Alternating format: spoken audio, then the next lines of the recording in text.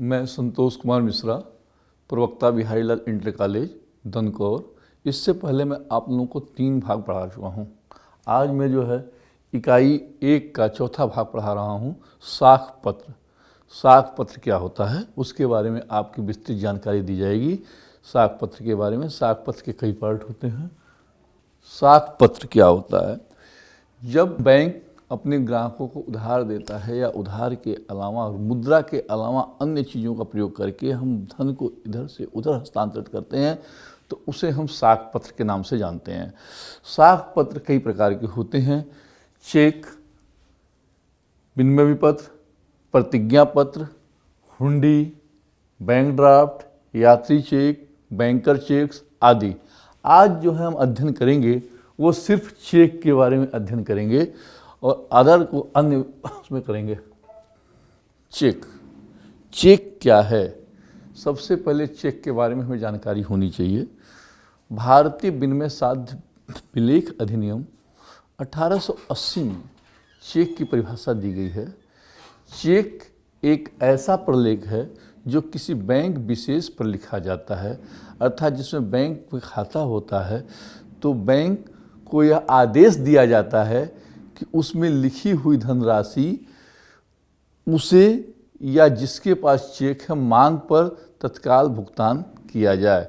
इस प्रकार चेक जो है एक प्रकार का साख पत्र होता है जो बैंक जिसमें बैंक में खाता होता है उस बैंक पर लिखा जाता है। उस बैंक को आदेश दिया जाता है कि इसमें लिखी हुई जो धनराशि है अमुक व्यक्ति को उसे या अमुक व्यक्ति को एक निश्चित तुरंत मांग पर यानी प्रस्तुत करने पर उसका भुगतान किया जाए। चेक की विशेषताएं। चेक की विशेषताओं में पहला विशेषता है आदेश पत्र।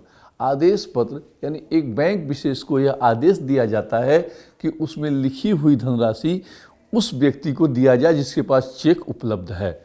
दूसरी विशेषता है लिखित। चेक मौखिक नहीं होता है, अर्थात बैंक को जो आदेश दिया जाता है वो लिखित आदेश दिया जाता है।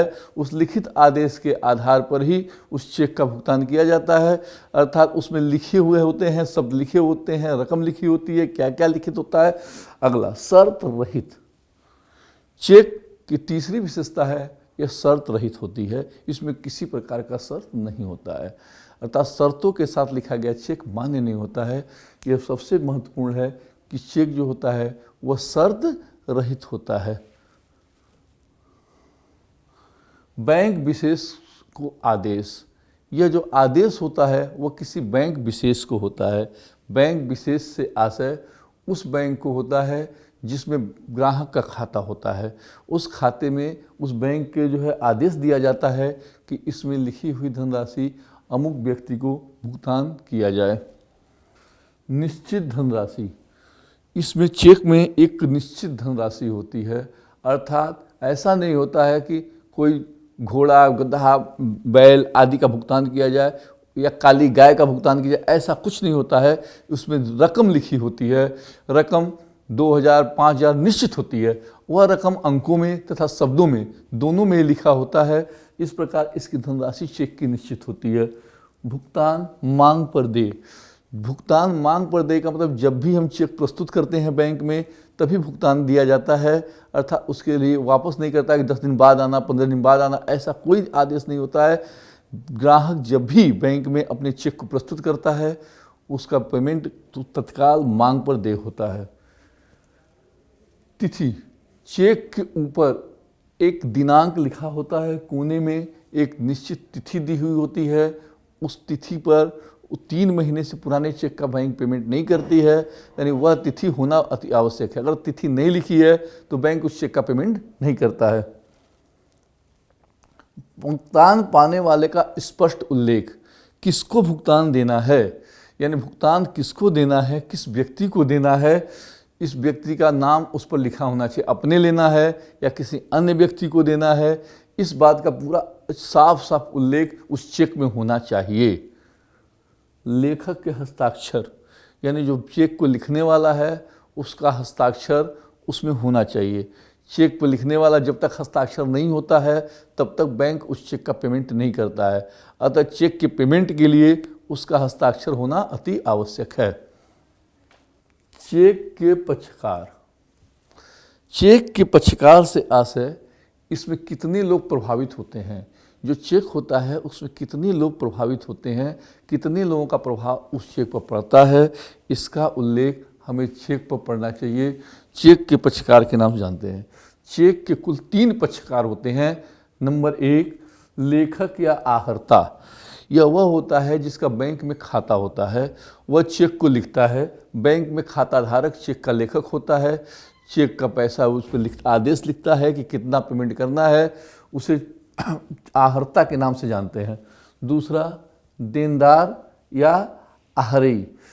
इसमें बैंक होता है जो पैसा देने का वादा करता है, अर्थात आहरी जिस पर चेक लिखा जाता है। यह कोई निश्चित बैंक होता है जिसमें ग्राहक का खाता होता है, वह उसका आहरी माना जाता है। तीसरा, लेनदार, आदाता या प्राप्तकर्ता। यह कभी कभी लेखक भी प्राप्तकर्ता हो सकता है जिससे पेमेंट किया जाए, अर्थात वह व्यक्ति जो बैंक से पैसा लेता है उसे लेनदार या आदाता बोलते हैं या प्राप्तकर्ता बोलते हैं, रिसीवर के नाम से भी जानते हैं। तो इस प्रकार यह जो है बैंक के 3 पक्षकार होते हैं। चेक के प्रकार। चेक कई प्रकार के होते हैं। अलग अलग तरह के आदेश के आधार पर कई तरह के चेकों का प्रयोग किया जाता है। मुख्यतया जो चेक होते हैं उन्हें 2 भागों में बांटा जाता है, आदेशित एवं वाहक चेक। सबसे पहला होता है आदेशित चेक। आदेशित चेक सामान्यतः इसी प्रकार के चेक का प्रयोग ज़्यादा किया जाता है। इसमें चेक के पे के आगे डैश करके आर्डर शब्द लिखा होता है। इसका मतलब होता है जिसका नाम लिखा हो उसे या उसके आदेशानुसार किसी अन्य व्यक्ति को चेक का भुगतान किया जाए। आदेशित चेक जो होता है सुरक्षित होता है, अर्थात उसी व्यक्ति को उसका पेमेंट मिलता है जिसका उस चेक पर नाम लिखा होता है या उसको आदेश दिया जाता है। तो इस प्रकार आदेशित चेक जो होता है वो काफ़ी सुरक्षित माना जाता है। एक दूसरे प्रकार का चेक होता है, उसे बोलते हैं वाहक चेक या बेरर चेक। बेरर चेक क्या होता है, इसमें लिखा होता है अमुक व्यक्ति या वाहक को भुगतान किया जाए। वाहक यानी जिसके पास भी चेक है उसे बैंक पेमेंट कर देती है। वह ये नहीं देखती है कि किसका नाम लिखा है किसका नहीं। नाम लिखने वाले को देख ले बात लगे, लेकिन जिसके हाथ में वो चेक होता है उसको बैंक उसका पेमेंट कर देती है। ऐसे चेक को वाहक चेक कहते हैं। यह आदेश चेक की अपेक्षा कम सुरक्षित होता है। इसका भुगतान आसानी से हो जाता है, परंतु आदेश चेक की अपेक्षा यह कम सुरक्षित माना जाता है। कोरा चेक। कोरा चेक ऐसा चेक जिस पर कुछ भी लिखा नहीं होता है, खाली होता है, ब्लैंक चेक के नाम से जानते हैं। यह चेक जिसमें रकम आदि लिखी नहीं होती है, यह बहुत विश्वसनीय लोगों को दे दिया जाता है। भाई जितना ले जाओ, जितना भरना होगा भर लेना। यह चेक कोरा चेक होता है, लेकिन यह सभी लोगों को नहीं दिया जा सकता। यह सिर्फ उन्हीं लोगों को दिया जा सकता है जिस पर विश्वास काफ़ी हो। जैसे हमें अपने एजेंट के माध्यम से LIC की किस्त जमा करनी है, हमें किस्त की रकम नहीं प्राप्त है, ऊपर नाम लिख के कोरी रकम छोड़ देते हैं कि ताकि उस पर जाके साइन करके उसे दे देते हैं कि इसमें अमुक धनराशि लिख देगा। तो इस प्रकार के चेक को कोरा चेक के नाम से जाना जाता है। रेखांकन। रेखांकित चेक।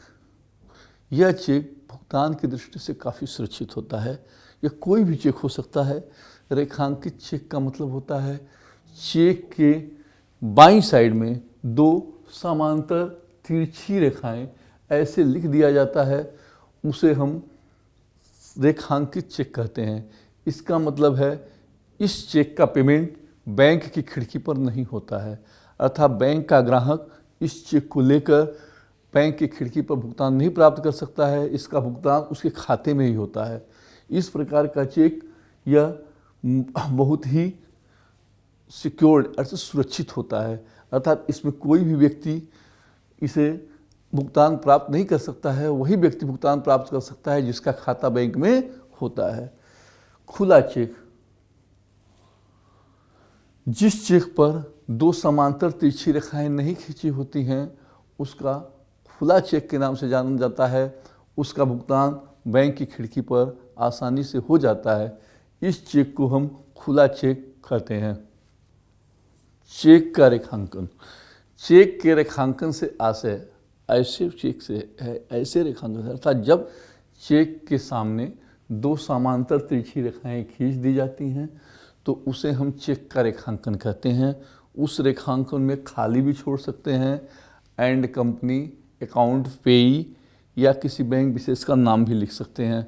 जैसे इसी में एंड कंपनी या अकाउंट, पेई, ये सब लिख दिया जाता है। ऐसे चेक को हम रेखांकन चेक कहते हैं। इस प्रकार के चेक को रेखांकन किस प्रकार होता है? रेखांकन के प्रकार, चेक का रेखांकन कितने प्रकार का होता है? तो रेखांकन की दृष्टि से चेक दो प्रकार का होता है। नंबर एक, साधारण रेखांकन।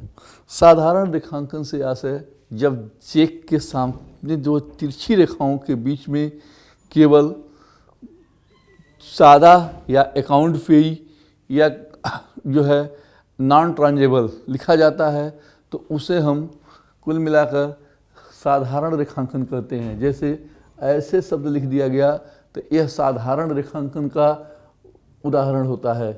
तो साधारण रेखांकन में केवल किसी बैंक विशेष का नाम नहीं होता है, इसका भुगतान किसी भी बैंक में जहां हमारा खाता होता है वहां पर प्राप्त किया जा सकता है।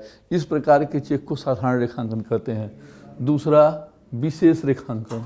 विशेष रेखांकन में जब हम लेते हैं, रेखांकित करते हैं दो समांतर तिरछी रेखाएं, उसमें किसी बैंक का नाम लिख देते हैं, SBI। SBI का मतलब हो गया स्टेट बैंक ऑफ इंडिया, इसके बीच में लिखा हुआ है SBI, तो यह रेखांकन हमारे उसी बैंक में होगा। अगर किसी का ब्रांच लिख दें तो उसी बैंक के उसी ब्रांच में होगा, तो यह रेखांकन अधिक सुरक्षित होता है। इसका भुगतान किसी अन्य बैंक के माध्यम से नहीं हो सकता है। तो इस प्रकार के रेखांकन को हम विशेष रेखांकन की तरह जानते हैं।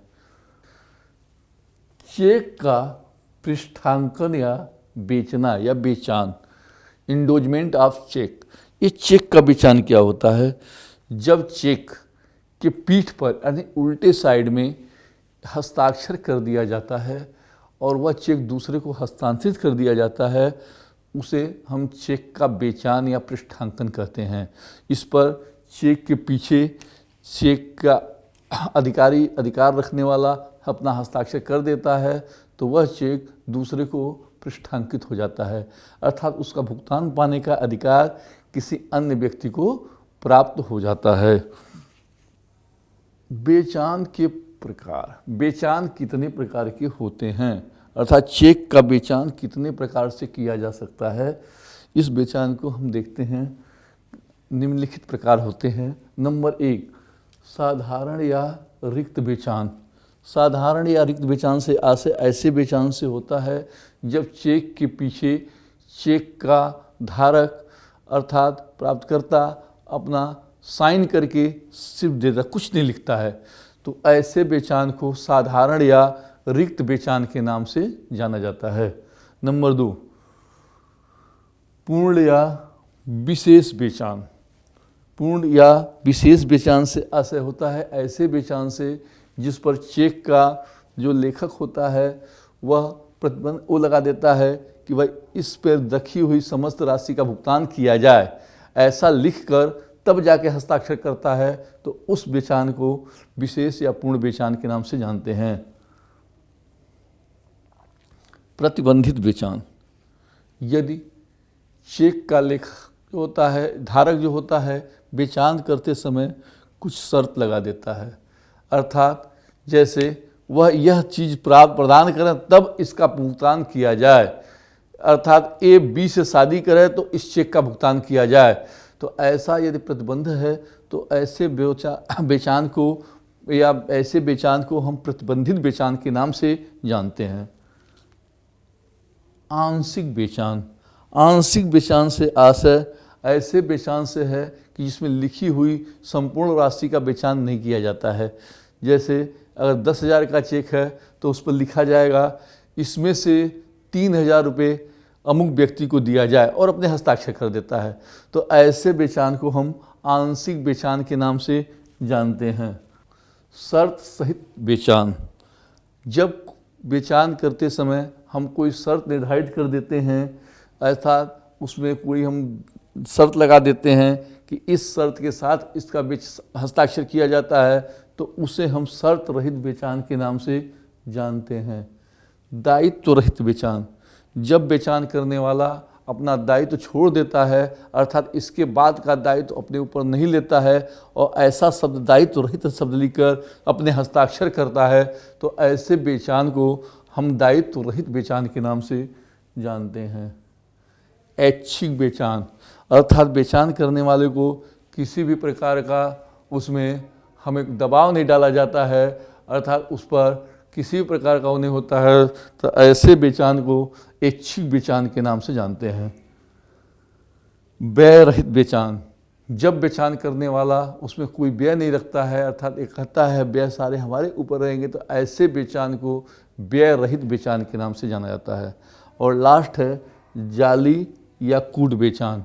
जाली या कूट बेचान से मतलब होता है जब बेचानकर्ता के मन में कोई खोट होता है, अर्थात बेचान में किसी प्रकार का अवरोध पैदा करना होता है, तो फर्जी या जाली बेचान करता है। इसमें सबसे पहला साधारण बेचान का प्रयोग ही किया जाता है और बाकी बेचान भारत में बहुत कम या नहीं के बराबर होते हैं। चेक का अनादरण या तिरस्कृत होना, यह जिस प्रकार आप किसी के घर जाते हैं और आपको बैठने को न कहा जाए, आपको उससे आपका अपमान होता है, उसी प्रकार जब चेक बैंक में हम प्रस्तुत करते हैं और चेक का भुगतान बैंक करने से मना कर देता है, तो उस चेक का अनादरण या अपमान होता है, उसे हम चेक का तिरस्कृत होना मानते हैं। जब चेक यानी अर्थात कहने का मतलब यह है कि जिस चेकों का भुगतान बैंक करने से मना कर देता है, तो उन चेकों को हम तिरस्कृत कहते हैं। साधारण भाषा में उसे बाउंस बोला जाता है कि चेक बाउंस हो गया, अर्थात यह किन किन परिस्थितियों में होता है, बैंक क्यों करता है, इसके बारे में हम लोग विस्तृत अध्ययन कर रहे हैं। चेक के तिरस्कृत होने के निम्नलिखित कारण हैं। जो चेक तिरस्कृत होता है या अनादरित होता है, बैंक किन किन परिस्थितियों में चेक का भुगतान करने से मना करता है, उसके निम्नलिखित कारण हैं। नंबर 1, तिथि का न लिखा होना। जब चेक पर चेक के लेखक द्वारा डेट नहीं डाली जाती है, अर्थात डेट डालना भूल गए हैं, तो बैंक में जब प्रस्तुत किया जाता है तो बैंक उस पर तिथि नहीं शब्द लिखकर चेक को वापस कर देता है। तो यह पहला कारण है कि चेक बाउंस होने का, जिस पर तिथि न लिखी हो।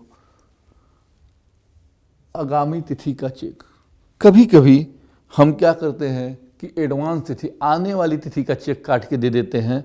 जैसे भाई हमारे खाते में पैसा नहीं है, अब अगले महीने का चेक काट के दे दिया, अगले महीने आप लगा लीजिएगा, ऐसे चेक को आगामी तिथि का चेक कहा जाता है। तो इस प्रकार के चेक अगर पहले हम समय से पहले बैंक में प्रस्तुत करते हैं, तो बैंक उस चेक का भुगतान नहीं करता है और उस पर आगामी तिथि का चेक लिखकर वापस कर देता है।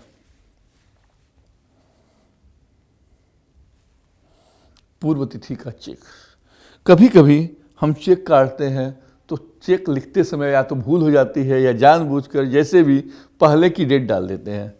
यदि चेक पर पहले 6 महीना था, अब 3 महीना पहले की डेट पड़ी हुई है, तो चेक यानी आज से पहले की चेक है, तो चेक के बैंक भुगतान नहीं करता है और पूर्व तिथि का चेक लिखकर बैंक उस चेक को वापस कर देता है। इस प्रकार चेक का अनादरण हो जाता है।